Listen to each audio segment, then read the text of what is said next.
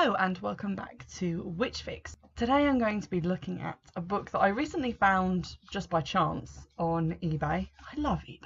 I spend too much time on there, but you do find some good stuff.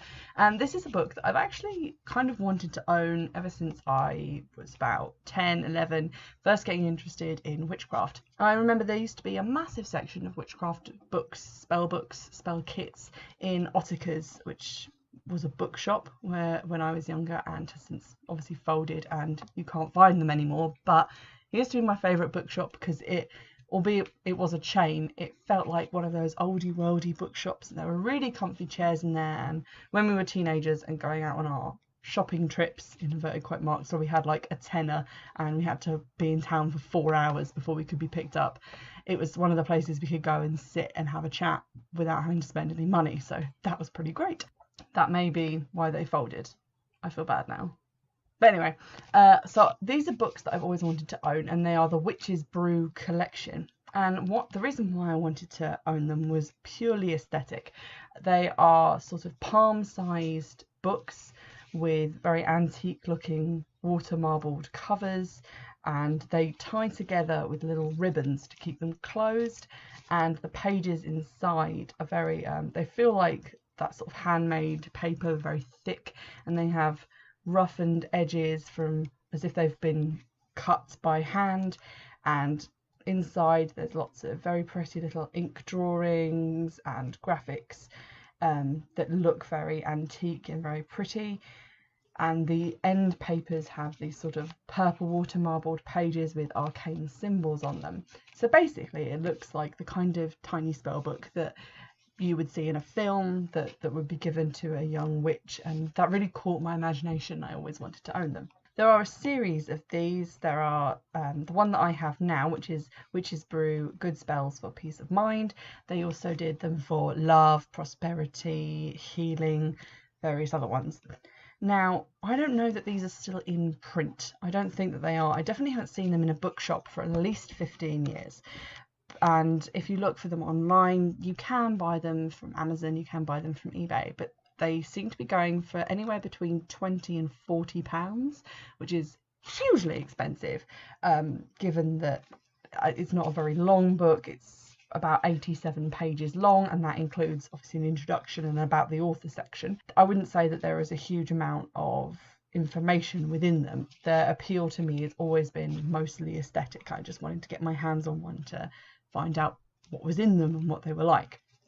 And it's that sort of enduring appeal that meant that when I found this on eBay for, I think it was going for about £3, I absolutely had to buy it. I think it was £3 because there is some water damage on the front cover, but that just makes it look even more beautiful and antique, and I love it. I'm just a sucker for those things. And I think this one was originally purchased from a metaphysical shop in Norfolk, of all places, because there's a sticker on the back that says so. Having spent quite a bit of time describing the actual prettiness of the book to you, and it is very pretty, I have to admit. The inside of the book breaks down into a few sections. There are spells, so just flicking through, there is a blessing meditation, a recipe for inspiration incense, clarity infusion, potpourri of protection, some tea recipes for obviously making herbal tea, a recipe for a pillow mist that's meant to help you dream, a pampering potion to help you relax, so you put that in a bath, and various little bits and pieces about the moon and what you can put in incenses, just like little bits of information. It's basically like if you occasionally see those Instagram posts going around which have like a simple recipe for a herbal tea or a little breakdown of what a specific phase of the moon means. It's basically a collection of those put together, although obviously this was published before Instagram. I'm that old. And they've just bound it up and made it look really pretty.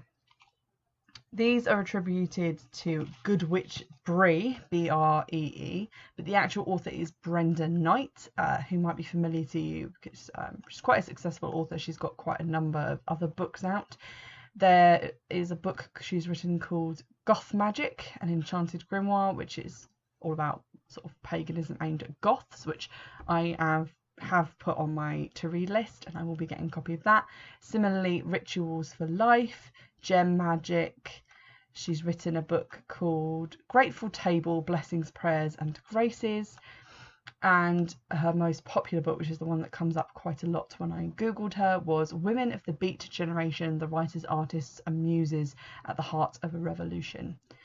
And she's written various things sort of along those lines, as well as books about magic and ritual. The back of the book does contain her credentials, which are quite numerous.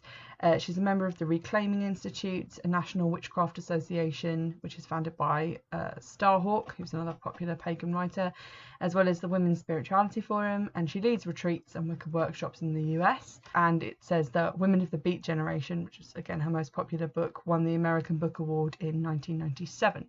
So she's definitely an author who knows what she's talking about. Obviously these books have been produced because they're kind of commercial and small and attractive.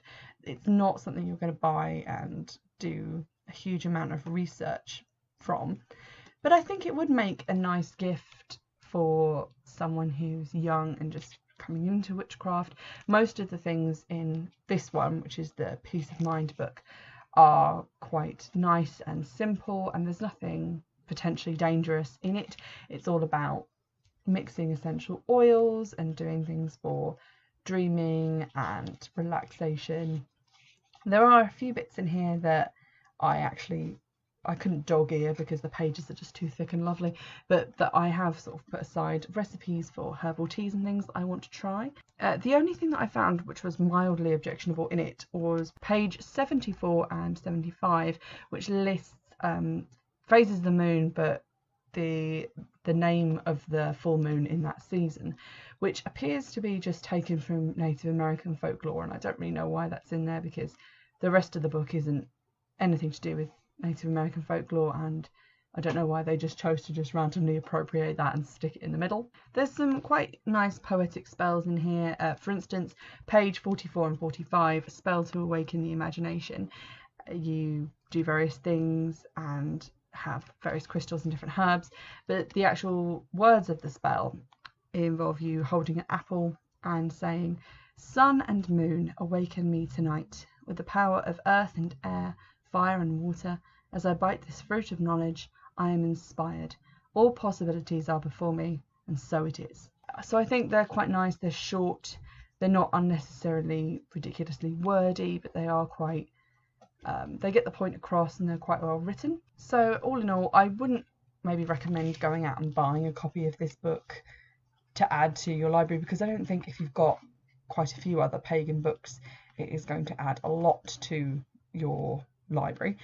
But I think if you're looking for a little present for maybe if you're raising a pagan teenager, or if you've got a friend who quite likes to have sort of little reference books, like little coffee table books around about paganism, it might be good for them. Of course, the high price tag on even used versions of this book is quite prohibitive, but I was very happy to get my hands on a copy of it after all this time of just wondering, you know, what they were like, because when they were in Ottakar's they were shrink wrapped and you couldn't open them, and I was always like really curious. These were also always near these spell kits that they used to do, which were in sort of little black cardboard tubes, like the tubes you got in like the inside of a toilet roll, but with like a cap on the top, and they'd be like, I've never bought one of those either, but I was always curious about them. They were just like different spells for different things, the kind of spells you find in teen witch books, so like spells to pass a test, a love spell, this, that and the other, just in this little black cap tube. And I haven't seen any of those around for the longest time, so I guess they just don't make them anymore, but I live in hope that I'll come across them just for the nostalgia factor. Some of the questions that this book kind of raised for me is starting with the title. It's good spells for peace of mind, but what is a good spell? I mean, I think I know what they're trying to say, which is what I've already said, that there isn't anything dangerous or anything that you would use to cause harm to somebody in it, but I don't necessarily feel that there is a distinction between good and evil in terms of magic. There's definitely beneficial magic, but beneficial doesn't always have to have the label of good or pure or benevolent attached to it. It's just something that is working for somebody instead of working against them. It's not necessarily good or evil. I mean, good is also a mark of quality. I don't think that that's how it's being used here, because, you know, why not great? Why not excellent spells?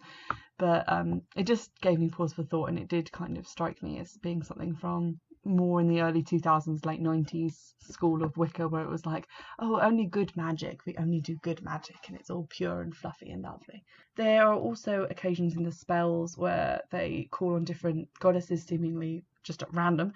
Isis, Freya, and Hermes, who obviously is a god, not a goddess, but you get what I mean. So these are from different pantheons.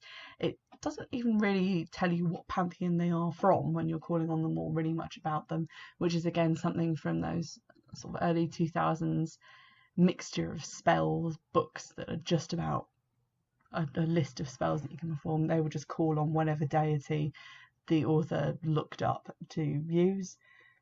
And none of the spells actually call for casting a circle or even raising any energy. It's very much pared down to do this thing, and that's the part that's magic, as opposed to that thing being symbolic and that thing being used to direct energy or create energy.